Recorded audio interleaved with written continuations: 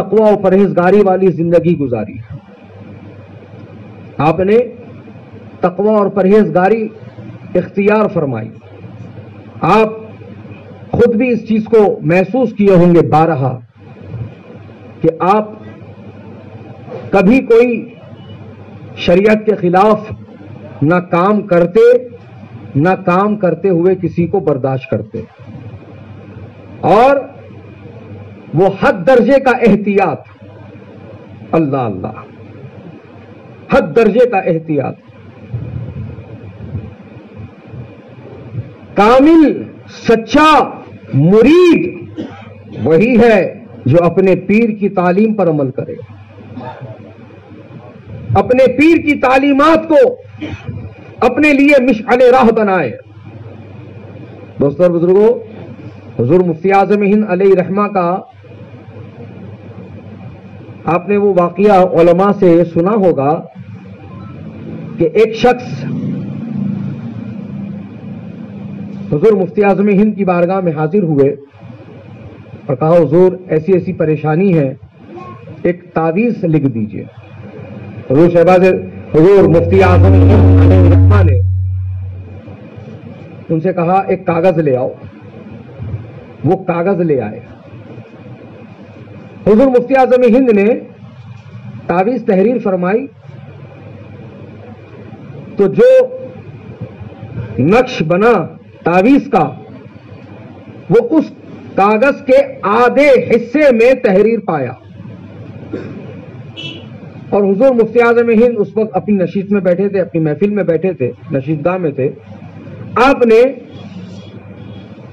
آدھا جو نیچے سادہ کاغذ بچا ہے اس کو پھاڑا اور تعویذ والا حصہ کاغذ کا ٹکڑا اٹھا کر اس کہنے والے کو، ضرورت مند کو دے دیا اور کسی گفتگو میں مصروف ہو گئے. بہت دیر کے بعد میں آپ نے اپنے ہاتھ پر غور کیا تو کیا دیکھتے ہیں کہ اسی کاغذ کا بچا ہوا آدھا ٹکڑا آپ کے ہاتھ میں ہے. تو آپ نے فوراً اپنے خادم کو آواز لگائی اور کہا کہ وہ شخص کہاں ہے جو مجھ سے تعویذ لکھوائے ابھی ابھی، ان کو بلا لاؤ کہ انہی کا دیا ہوا یہ آدھا کاغذ کا ٹکڑا میرے پاس بچ گیا ہے، ان کو لوٹانا ہے. اللہ اکبر، اللہ اکبر، ان کو لوٹانا ہے. خادم نے نگاہ دوڑائی محفل میں، باہر گلی میں، مکان کے باہر. وہ شخص تو جا چکا تھا، وہ شخص تو جا چکا تھا. حضرات محترم، کئی مہینے تک حضور مفتی اعظم ہند علیہ رحمہ نے اس بچے ہوئے کاغذ کے ٹکڑے کی حفاظت فرمائی. اور انداز کیا تھا حفاظت کا کہ اپنے تکیے کے نیچے لے کر سویا کرتے تھے، اپنے تکیے کے نیچے رکھ کر کے سویا کرتے تھے. اور کئی مہینوں کے بعد میں وہ شخص جب دوبارہ حضور مفتی اعظم ہند سے ملاقات کے لیے آیا تو حضور مفتی اعظم نے اس کاغذ کو لوٹا دیا. کئی مہینوں کے بعد، غالباً 6 یا 8 مہینوں کے بعد، یا اس سے بھی زیادہ یا کم ہو سکتا ہے. بہرحال کئی دنوں تک، ہفتوں تک، مہینوں تک وہ کاغذ آپ کے پاس محفوظ رہا. اور جب وہ شخص آیا واپس ملاقات کے لیے تو حضور مفتی اعظم ہند علیہ رحمہ نے وہ بچا ہوا کاغذ کا ٹکڑا اس کو واپس کر دیا.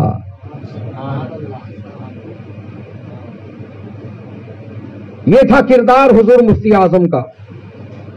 اب سنو کردار حضور شہباز دکن.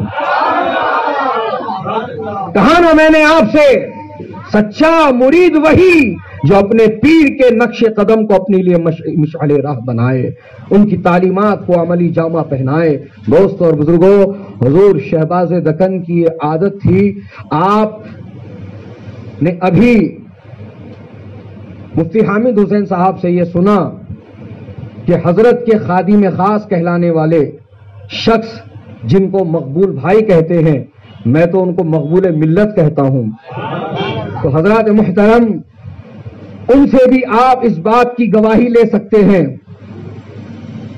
کہ حضور شہباز دکن نے جب دارالعلوم فیض رضا قائم کیا تھا اور اس کے بعد کرائے کی عمارت سے اس عمارت کو معین آباد کی سرزمین پر ذاتی عمارت میں منتقل کیا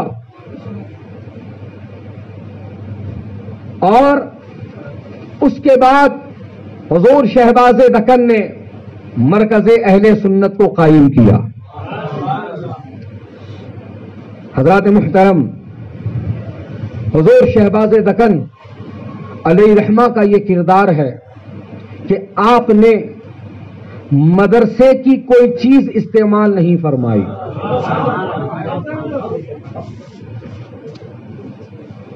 حتیٰ کہ وہ گواہ بھی میں آپ کے سامنے پیش کر سکتا ہوں جنہوں نے اپنے ماتھے کی آنکھوں سے یہ مشاہدہ کیا ہے کہ پانی جیسی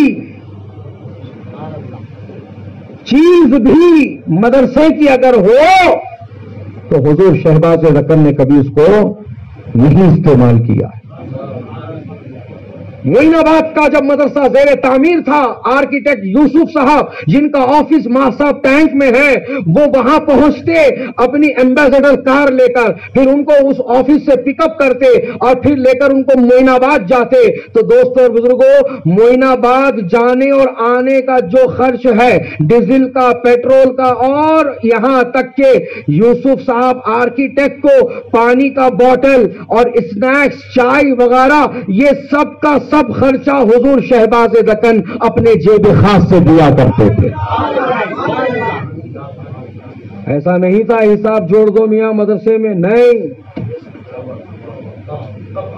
نہیں، کوئی ایک لے آؤ ایسا جو یہ کہہ دے کہ میں نے دیکھا شہباز دکن کو مدرسے کا پیسہ کھاتے ہوئے، زندگی بھر اس کی غلامی کروں گا.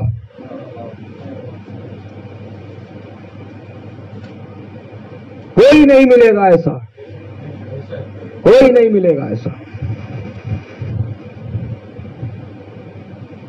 مدرسے کی ہمارے YouTube چینل حقیقی سنی دلیر قادری کو سبسکرائب کریں اور بیل آئیکن پر کلک کریں.